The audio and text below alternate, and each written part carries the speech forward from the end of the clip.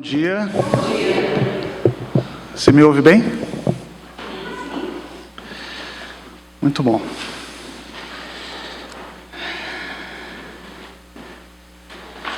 Bom, irmãos, o estudo de hoje é uma continuação da EBD da semana passada, né?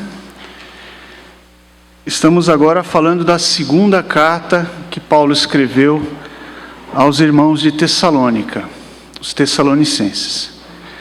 Já está com a apresentação aí, Sam? Sim. Tudo bem. Então, dá um enter, por favor. Tradicionalmente, eu gosto da linha do tempo, para a gente se situar e, de uma forma didática, a gente entender o contexto do livro ou da carta que a gente está estudando, tá bom? Essa carta, ela foi escrita quando Paulo estava em Corinto. Recapitulando um pouquinho. Na sua segunda viagem missionária, Paulo passa pela região da então Europa, que é ali a região do norte da atual Grécia, chamada Macedônia.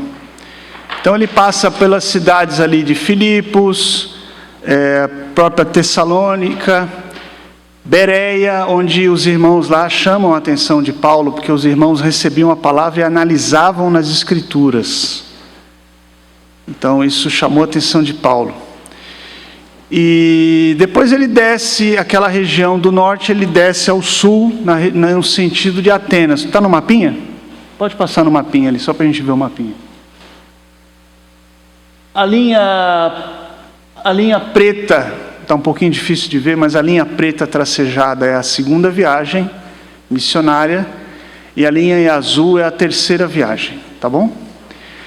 Na segunda viagem, você repara que ele passa pelo norte da região da Ásia Menor, ele vem por cima da Ásia Menor, e na terceira viagem missionária, Paulo passa por dentro da Ásia Menor, chega em Éfeso, e faz novamente o caminho até a região da Macedônia e da Grécia. Bom, depois na segunda viagem, depois que Paulo passa pela Tessalônica e conhece ali os irmãos, estabelece ali uma igreja e prega entre eles e vive entre eles, trabalha entre os irmãos de Tessalônica, a gente olhando os relatos, a gente tem a impressão que foi pouco tempo, mas foi tempo suficiente para que Paulo pregasse a palavra, a mensagem do Evangelho, e ali entre eles trabalhasse também para ter o seu sustento. Paulo deixa isso bem claro, inclusive, na primeira carta aos Tessalonicenses, que ele fazia questão de trabalhar para não ser um ônus, para não ser um peso nas costas dos irmãos. Também quero recapitular que havia uma tradição entre os gregos. Havia um grupo de homens chamados sofistas, podemos dizer filósofos, pensadores, ou pessoas que gostavam de discutir e disputar sobre variados assuntos, né? E assuntos muitas vezes relacionados ao dia a dia, ao homem, aos prazeres da carne, enfim, as coisas da vida. E os sofistas tinham por único objetivo controlar as pessoas, controlar os seus discípulos e tirar dinheiro deles. Veja que coisa que não acontece hoje em dia, né? Esse pessoal fazia uma resistência também à pregação da palavra entre os macedônicos, além, é claro, dos próprios judeus. Paulo relata na primeira carta que, e quando esteve com os irmãos de Tessalônica, alguns judeus aceitaram de bom grado a palavra, se converteram, mas muitos fizeram uma oposição ferrenha. Essa oposição fez com que Paulo tivesse que sair fugido de Tessalônica, teve que sair de noite. É até um negócio perigoso você pensar, né? 2000 anos atrás, alguém empreitar uma viagem à noite, absolutamente no breu. Mas tiveram que fazer isso porque o pessoal lá queria aprisionar Paulo e Silas. Acho que Timóteo estava junto com eles também, mas enfim. E tudo isso acontece no contexto da segunda viagem missionária. Paulo vai chegar em Atenas ele inicialmente começa ali a pregar a palavra também, a disputar com os filósofos, aí podemos dizer então os filósofos em Atenas, e ali tudo estava indo bem, até que Paulo toca no assunto da ressurreição. Aquilo deixa as pessoas um pouco ali receosas e começam a rejeitar a palavra de Paulo. Paulo, então, direcionado pelo Espírito Santo, creio eu, dirige-se até Corinto, que está ali perto de Atenas. É uma viagenzinha de barco. Corinto, como os irmãos já sabem, é um istmo, é uma pontinha de terra que liga duas porções maiores. Então, Corinto era privilegiada porque tinha 2 portos. Então, era uma cidade rica. Era, vamos dizer assim, a Orlando dos romanos. Era onde os romanos ricos e abastados iam passar as férias e curtir a sua aposentadoria. Bom, tudo isso para dizer para vocês o seguinte: a primeira carta, então, Paulo escreve aos Tessalonicenses quando ele chega em Corinto. Porque antes, em Atenas, ele estava preocupado com os irmãos lá.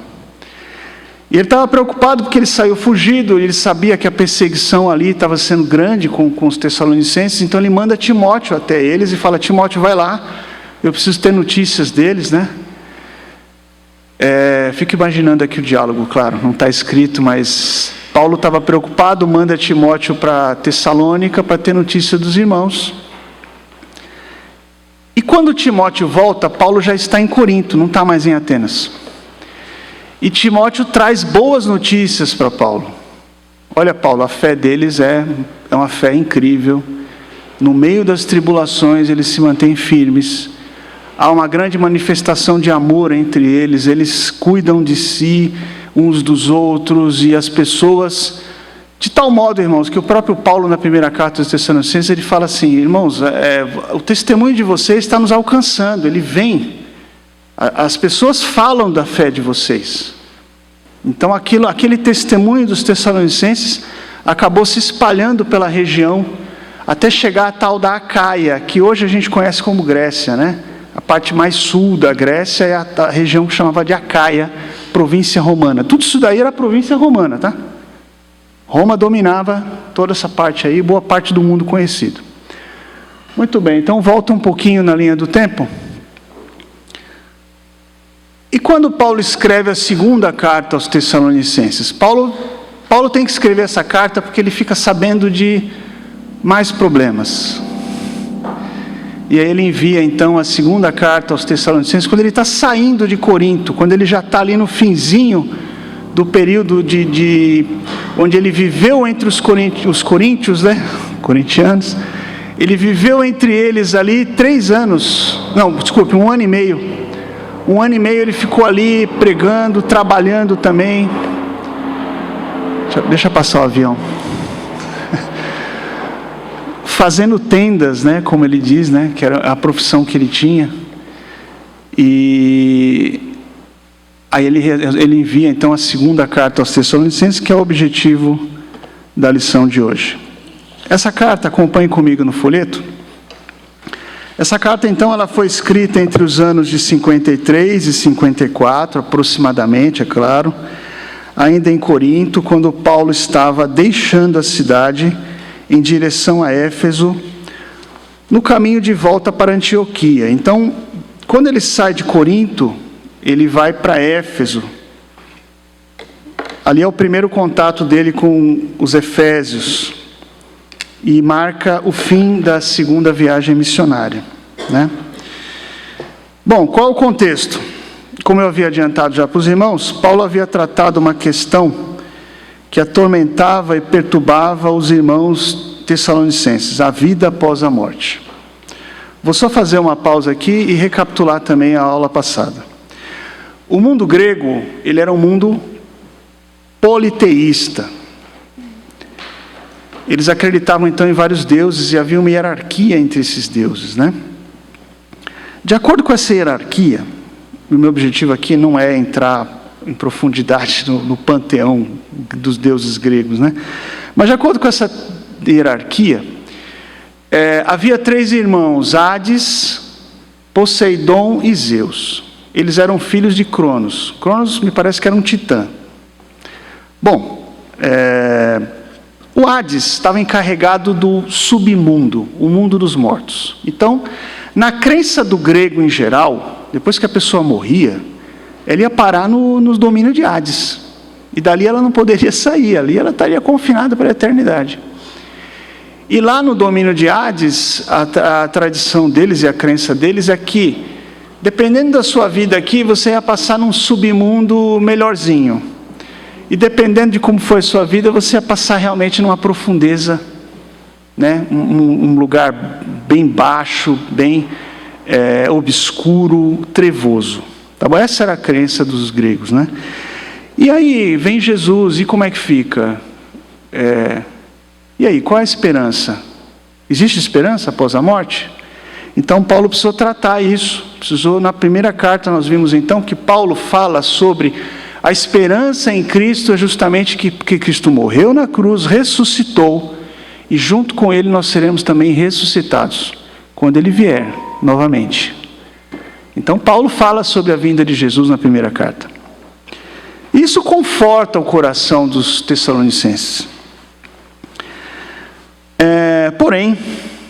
Porém, depois de um tempo, Paulo recebe notícias, informado que as perseguições lá em Tessalônica haviam se intensificado e que havia uma certa confusão ainda com relação à volta de Cristo. Então assim, os tessalonicenses agora eles podiam ter esperança, porque Paulo havia lhes apresentado então a esperança da vida eterna em Cristo Jesus. Mas eles estavam confusos ainda, porque eles não sabiam exatamente quando seria isso. E lá em Tessalônica, as pessoas que queriam se aproveitar da situação começavam a plantar informações falsas, equivocadas, meras opiniões. E aí surgem as heresias.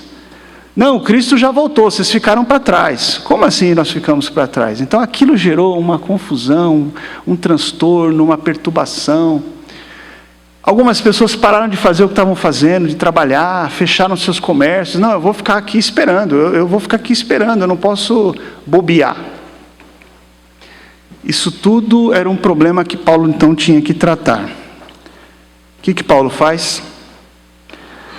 Paulo vai escrever uma segunda carta aos Tessalonicenses, que é essa que nós vamos estudar hoje, tá bom? Eu vi um estudo sobre essa carta, e o que eu aproveitei desse estudo, vou ser bem sincero para vocês. Pode dar 2 enters, por favor. Aí. Eu achei esses títulos muito bons, eu gostei desses títulos, eles são aqueles títulos que atraem a nossa atenção para a gente continuar focado. Então vamos lá, o capítulo 1 basicamente trata de ter esperança apesar da perseguição. Como é uma carta curta, pequena, a gente pode se dar o luxo de ir no detalhe. Eu gosto quando isso acontece. No capítulo 1 então, Paulo rende graças ao Senhor, pelos irmãos de Tessalonicenses, pela fé que eles tinham demonstrado, pelo amor e pela resistência. Veja, isso já foi motivo de elogio de Paulo na primeira carta. A fé, o amor e a perseverança, ou resistência. Aqui novamente ele abre a carta, a segunda carta, orando e rendendo graças a Deus pela fé, pelo amor e pela resistência que os irmãos suportavam as perseguições. Isso a gente vê dos versículos de 1 a 4. E aí Paulo começa a tratar dessa questão da volta de Cristo, do quando, que era o objeto de confusão que estava tendo lá em Tessalônica. Paulo então começa a falar que as tribulações sofridas por causa de Cristo são uma espécie de prova ou testemunho da dignidade dos irmãos, e que eles então serão aliviados na vinda de Cristo. E da mesma forma, são os dois lados. Aqueles que causavam essas tribulações ou essas perseguições receberiam o seu castigo. Então a gente vê que Paulo trata disso do versículo 5 até o versículo 10 do capítulo 1. Novamente, Paulo ora aos irmãos, e eu peguei um trechinho aqui da NVI, que é a Nova Versão Internacional, que no versículo 11 do capítulo 1, acompanhe comigo, ele diz assim: ele ora para que o nosso Deus os faça dignos da vocação e com poder cumpra todo bom propósito e toda obra que procede da fé. Nós sabemos, né? A fé nos impele a fazer as obras. É uma coisa natural.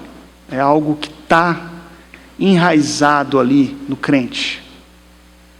Como se no crente houvesse um sino que dissesse assim: precisa fazer alguma coisa, precisa fazer alguma coisa. Você não pode ficar parado, você não pode ficar omisso.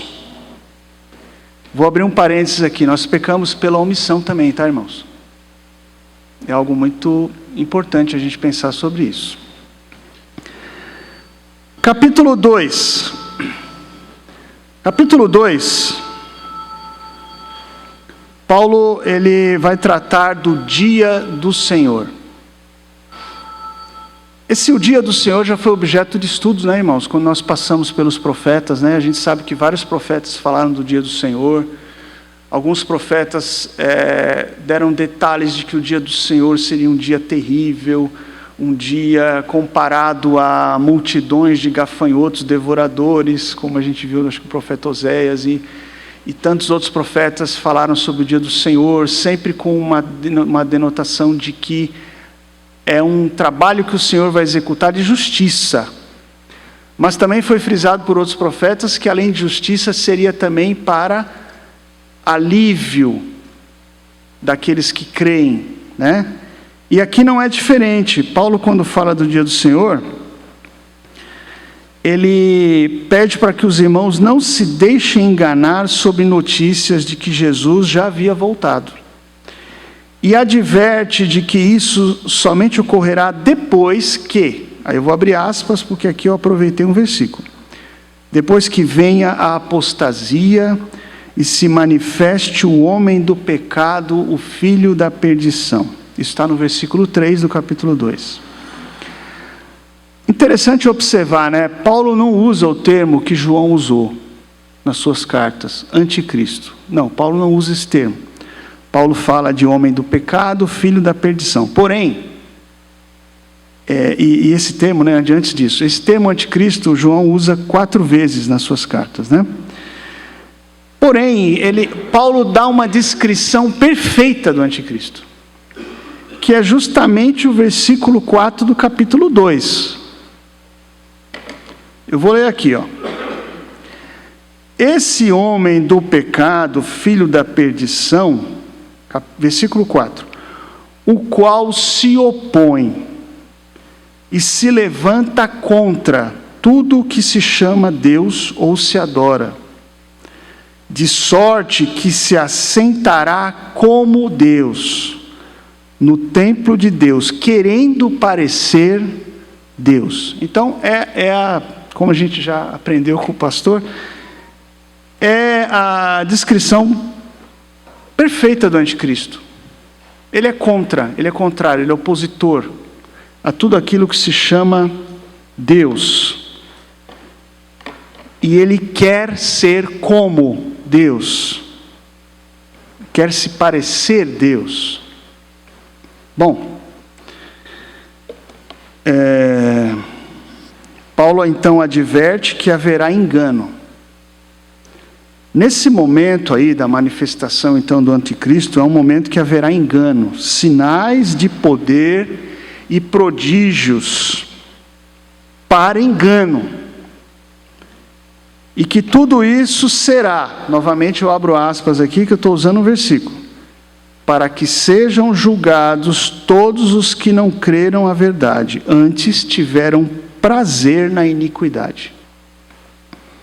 E Paulo novamente vai orar pelos irmãos, pedindo que o Senhor Jesus Cristo e Deus nosso Pai, dê ânimo aos seus corações e os fortaleça para fazerem sempre o bem, tanto em atos como em palavras. É o versículo 17 que eu peguei a tradução da NVI.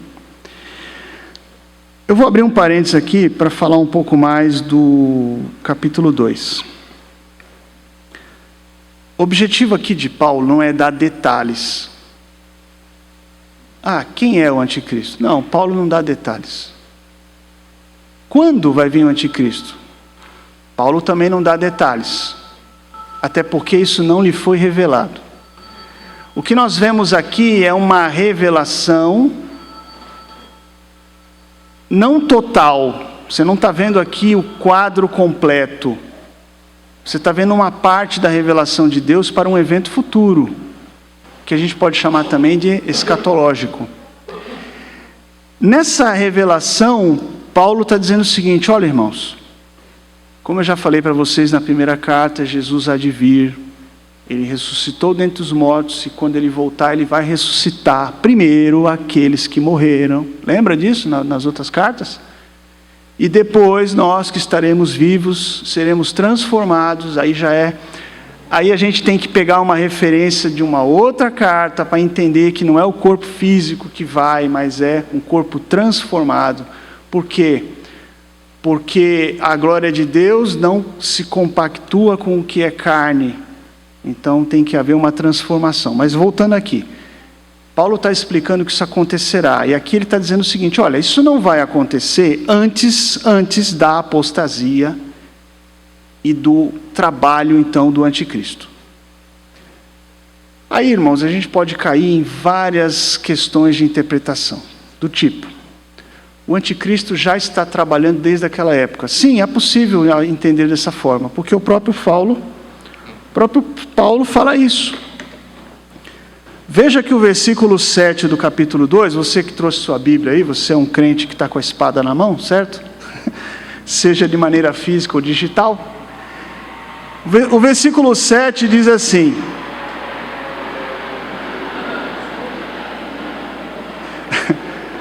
quando não é avião é moto, né? Quando passam as motos aí, misericórdia. O versículo 7 do capítulo 2 diz assim: porque já o mistério da injustiça opera. Somente há um que agora o retém, até que do meio seja tirado. Então, assim, querer atuar, o anticristo já quer atuar. Querer operar, ele já quer operar. Porém, Paulo diz assim: tem alguém que está segurando ele, está retendo ele. Temos detalhes sobre isso? Não. Por isso que muita gente pega esse versículo e olha, é a igreja que retém o poder do anticristo na terra. Não, é o Espírito Santo, são ambos. Nós não temos detalhe. Paulo apenas fala que alguma coisa segura então o poder do anticristo, né? Se não me engano, João na sua carta, quando ele fala, inclusive que ele usa o termo anticristo, ele diz assim, onde é que está aqui? Na carta de João.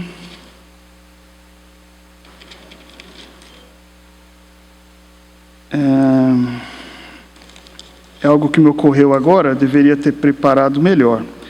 Mas ele fala que já o anticristo, já há anticristo no nosso meio. Depois eu vou pegar a referência certinha para você, tá bom? Mostrando o quê? Mostrando que o espírito de oposição a Deus, oposição ao Evangelho, a Cristo, já é coisa que está atuando já desde aquela época. E na história a gente vê figuras, como a gente aprendeu aqui com o nosso pastor, figuras de anticristo que já atuaram. Teve um imperador, depois que Alexandre o Grande morre, o Império Grego, então, ele é dividido em vários pedaços entre vários generais de Alexandre, e aí um deles foi terrível, uma figura nefasta, Antíoco Epifânio. Esse sujeito foi a figura de um anticristo, porque ele fez massacres, ele fez perseguição cruel. Aqui mesmo na época de Paulo, não nesse momento, tá, irmãos? Paulo ainda vai ser preso. Depois que ele for preso, ele vai ficar um tempo preso, vai ser solto. Depois ele vai ser preso de novo. E ele mesmo vai ser flagelado por um imperador que também é uma figura de anticristo. Pois não, irmão, você achou a referência?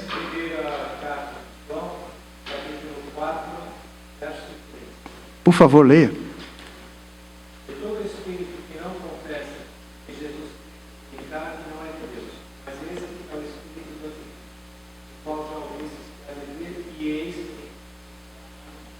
E eis que já está no mundo.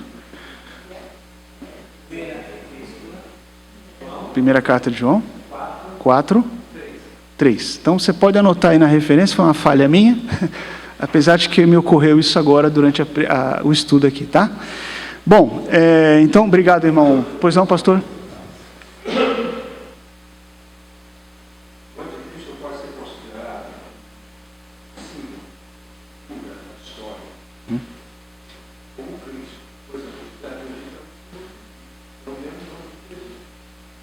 José.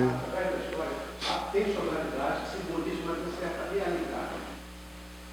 O Antíoco foi antes de Jesus vir.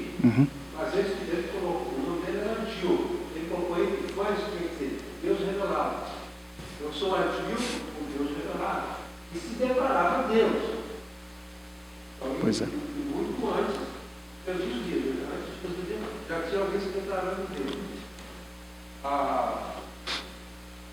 Essa passagem que eu vou ler, eu falo aqui, leia o final.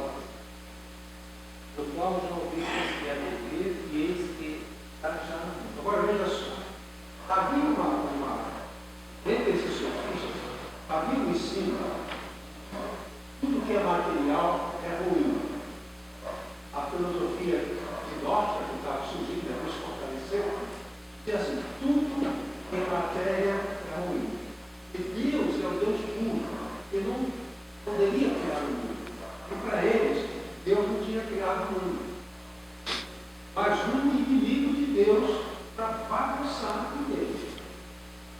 É como alguém que faz uma coisa ruim no lugar do outro e não é ele.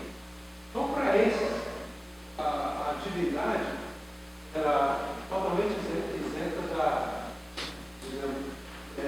afastada da realidade física. Assim o casamento estava errado, o gelatina estava errado, tudo que você fizesse favorecesse o mundo material estava errado. E o problema é, nós não podemos acreditar em Cristo, podemos, mas não que ele veio em carne. Então, para eles, o Cristo era uma figura, um fantasma, um ser espiritual não de carne. É um holograma. Agora, João fala assim, esse pessoal que está por aí dizendo que Cristo não tinha um corpo, que aquele corpo era apenas um holograma, uma fantasia, esse é o Espírito Santo de Cristo. E nega que Jesus veio ficar. O problema só é esse, ele não se sentava no trono, ele não se fazia Deus, ele se fazia rei, só negava que Jesus Cristo era encarnado. Então, toda vez que alguém estabelecer, alguém propagar algum pensamento que nega que Cristo era humano, esse é o anticristo. O anticristo pode estar em todo lugar, em qualquer lugar. Por exemplo, esse anticristo está falando aí pode ser uma situação de Tessalônica, uma situação local. Os sofistas estavam lá e eles saíram ensinando, nós entendemos. Em Tessalônica eles ensinavam. Não, pessoal, está errado. Jesus não podia ter um corpo, Jesus não podia morrer, porque ele não tinha carne que morre. Ele era o Espírito eterno. Então, essas eram as heresia. Esse era o tipo de Cristo que nega que Jesus veio em carne. E assim por diante. Alguém, desculpa, alguém que se senta lá na casa, no palácio do Planalto, Deus está governando daqui. Quer dizer, eu sou o Deus governando daqui, eu sou o Epifânio, o Deus revelado. Então o anticristo está, ele pipoca. Ele pipoca aqui, pipoca ali, pipoca aqui. O outro lá na Coreia, que formou uma religião, diz assim, você não fique procurando Deus. Se alguém quiser procurar Deus, venha a mim. Se alguém quiser ver Deus, veja a mim. Então o anticristo está ali. São mais de 20 no mundo que se declara anticristo, por isso que é o anticristo. O Cristo brasileiro, que é o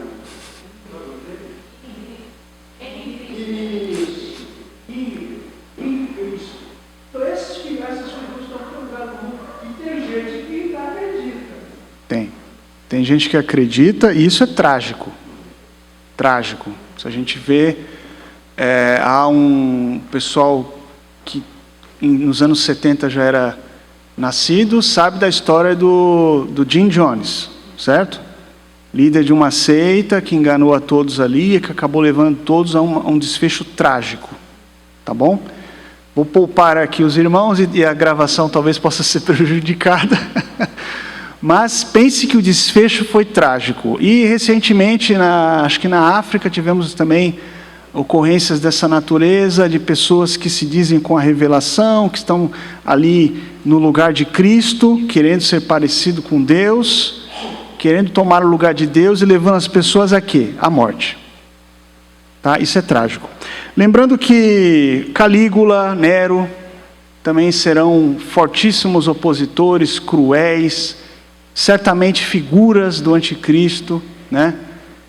Então veja, quando Paulo apresenta então para os irmãos de Tessalônica essas questões a respeito da vinda de Cristo, porque de certa forma ele está dizendo, olha, Cristo não vai voltar antes que ocorra a apostasia e o trabalho do anticristo. Ele está dando um norte, ele está dando uma pista, ou deixando os irmãos com um pouco mais de direção. Então, meu querido, não é para você largar o que você está fazendo e ficar sentado na porta da tua casa, olhando para cima e esperando Cristo voltar. Não, não é assim. Você tem que continuar, meu querido. Você tem que continuar a trabalhar. E isso aqui nós vamos ver no capítulo 3, que Paulo vai pegar pesado com esse pessoal. Antes, eu quero falar para você sobre apostasia. Porque é um termo que alguns irmãos podem ter confusão com relação a isso. Lá embaixo, no seu livro, na sua folhinha, está lá, para saber. Apostasia é um termo grego, apóstasis, que significa estar longe de. Tem o sentido de um afastamento definitivo e deliberado de alguma coisa, uma renúncia de sua anterior fé ou doutrinação. Então, a gente já teve aqui um estudo de um profeta, e a gente falou um pouco sobre apostasia, apostatar. Apostasia é algo pensado, tá? Não é emocional, não. É algo estudado, deliberado, significa intencional. Foi estudado, foi analisado, e aí a pessoa chegou na conclusão de que ela então deveria renunciar. Então, é bem complicada essa questão de apostatar. Quando a Bíblia fala de apostatar da fé, é algo bem complicado. Não é uma atitude impensada, não é algo que você faz dando um tropeção na rua, não. É algo deliberado, é algo estudado. Ali houve um investimento de alguma análise foi feita. Não vou entrar no mérito se a análise está correta ou errada, mas olhando a palavra apostasia significa isso, é uma renúncia deliberada, é um ato consciente de renúncia. Então Paulo está dizendo que até o Senhor voltar, até Cristo voltar, então nós vamos ter o quê? Apostasias. E aí o pastor já citou as heresias, que naquela época já corria solto. E era para confundir mesmo, era para tirar da fé, era para fazer as pessoas apostatarem do quê? Do verdadeiro evangelho. Porque quando a gente fala de evangelho, só existe um evangelho. É Cristo, que morreu na cruz e que ressuscitou, e que vivo está e que voltará. Então veja, esse é o evangelho. As heresias e as opiniões, e elas acabam vindo para fazer o quê? Para fazer as pessoas apostatarem, para fazer as pessoas desistirem, voltarem para trás. Tá bom? Vamos falar um pouquinho agora, continuando o capítulo 3, né? Existe uma questão que Paulo precisava tratar então, que eram os irmãos que largavam tudo o que estava fazendo e ficava ali esperando. Vocês sabem, vou abrir um parênteses aqui. Você sabe que muitas seitas que já tiveram aí, inclusive essa que eu citei do Jim Jones, há uma característica interessante. Em determinado momento, as pessoas ficam num estado de quê? De expectativa lá no alto, mas aquilo ali é provocado. Provoca-se um estado de expectativa de que a pessoa não pense em outra coisa. A tal ponto que chega uma hora que está todo mundo reunido no lugar e o líder fala: pessoal, então vamos tomar um ato aqui que vai nos levar diretamente para Deus. Estava demorando, hein? Estava demorando. A gente vai colar isso aqui ou vai trocar logo tudo, tá? Então veja, esse tipo de coisa é controle. É controle mental, é controle psicológico, é indução. E automaticamente as pessoas envolvidas, sem perceber, elas vão acabar o quê? Apostatando da verdadeira fé. Porque Jesus, ele fala para você esperar, meu irmão. Mas veja, Paulo vai frisar o seguinte, no capítulo 3 então. Paulo aborda a necessidade de viver de maneira ordeira. Ele cita essa palavra ordenadamente. Quer ver uma coisa interessante? Ele fala que os irmãos estavam vivendo de maneira desordenada. 1, 2, 3 vezes, num pequeno trecho aqui, ele cita 3 vezes a palavra desordenadamente. O que significa isso? De qualquer jeito. Sabe? Sem se preocupar em continuar a vida de maneira ordeira. O que é uma maneira ordeira de você viver? É de acordo com a tradição, de acordo com o mandamento, de acordo com algum tipo de regimento. Por exemplo, vou dar um exemplo aqui. As Forças Armadas é uma instituição que todos sabem que um dos pontos fortes das Forças Armadas é o quê? A ordem, é o respeito à hierarquia, porque inclusive quando se quebra isso, é algo que não pode ocorrer num princípio de Forças Armadas. Não pode ocorrer o quê? A quebra da hierarquia. Então veja, tudo isso é uma forma ordeira de uma instituição se comportar. O que seria uma forma ordeira, por exemplo, da Igreja de Cristo se comportar? Olha, a Igreja de Cristo vai seguir o quê? A palavra. Vai viver de acordo com a palavra. Principalmente de acordo com os ensinamentos de Cristo. E tentar o quê? Imitá-lo. Nós estamos aqui para imitar Cristo, irmãos. Ter o amor que Ele tinha, a paciência que Ele tinha, a resistência que Cristo humano teve. Saber suportar as dificuldades como Cristo humano suportou. Mesmo dizendo alguns aí que Ele não passou nada em carne, que era uma essência.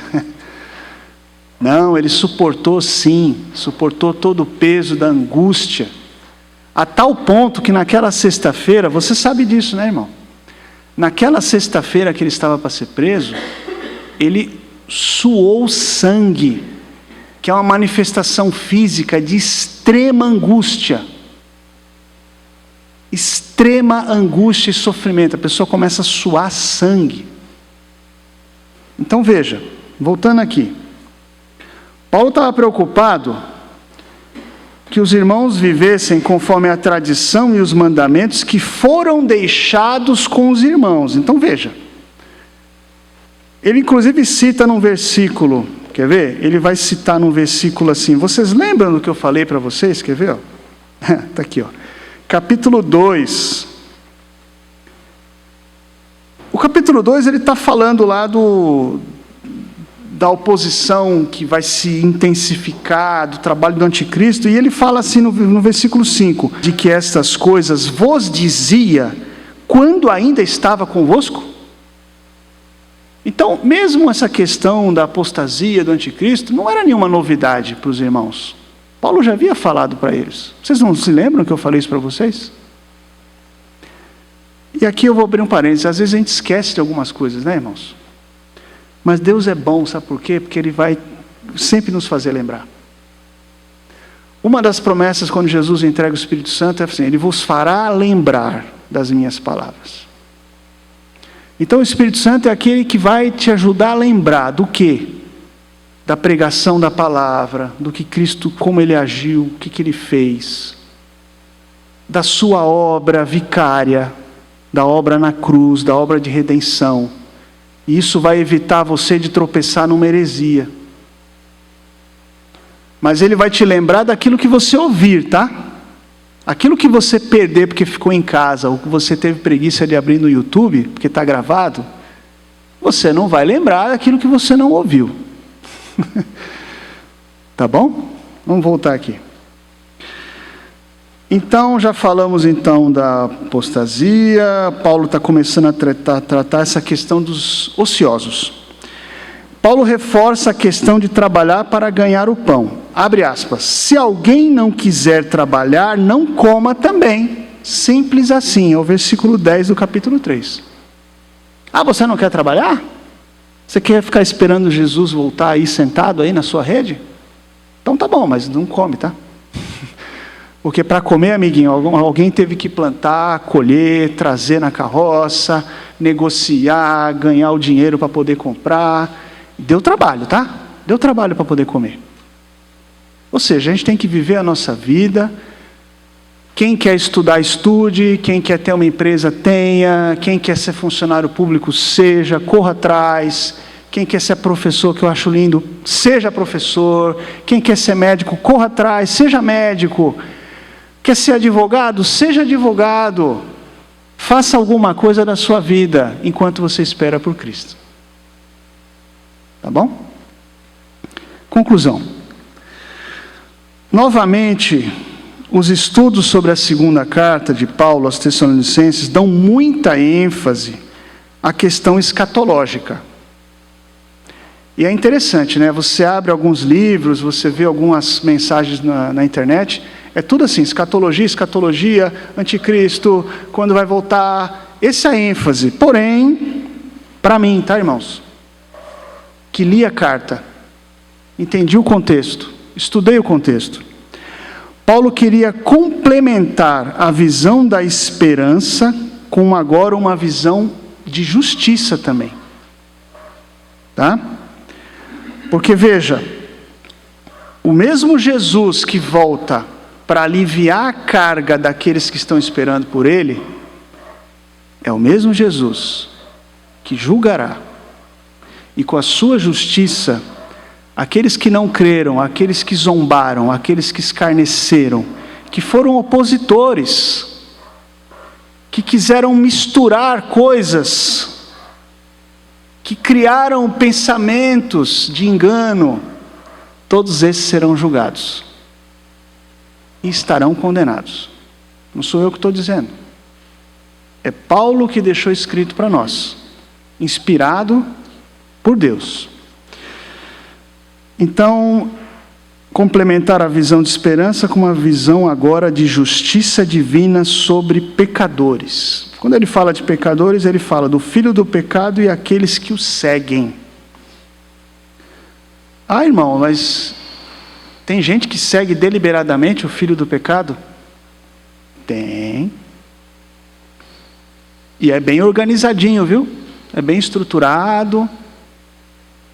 Tem lá os seus ensinos também, tem lá seus preceitos, seus mandamentos, tem os seus louvores. Por quê? Porque o inimigo quer parecer como Deus, ele é um imitador. Ele copia certas coisas e porque Deus fez assim, eu quero fazer também. Percebe? No fundo, não cria nada. Copia, mas copia deturpando tudo. Voltando aqui. E ele fala também, Paulo fala também sobre sinais que precedem a vinda de Cristo. E reforça a necessidade de continuarmos a viver de maneira ordeira enquanto o aguardamos. Quando você vê um O maiúsculo, um nele com um N maiúsculo, estou falando de Jesus, tá? É para não ter que ficar repetindo novamente a palavra Jesus, Jesus. Então a gente usa esses artifícios para que o texto não fique repetitivo, tá bom? Cristo voltará em glória e alívio para os crentes e em glória e justiça para os ímpios. Eu entendo que a glória de Cristo todo mundo verá. Só que uns verão como alívio, outros como condenação. Para a nossa reflexão, e a gente acabou aqui, tivemos alguns spoilers, mas são muito bons e vão nos ajudar muito a responder essas duas perguntas aqui. A primeira pergunta: devemos dar crédito a quem estabelece uma data para a volta de Cristo? E a segunda pergunta: é importante sabermos o nome do anticristo, ou seja, quem ele é, quem deixou de ser, ou se ele já está entre nós? Então, essas são as propostas para refletirmos, tá bom? Amém?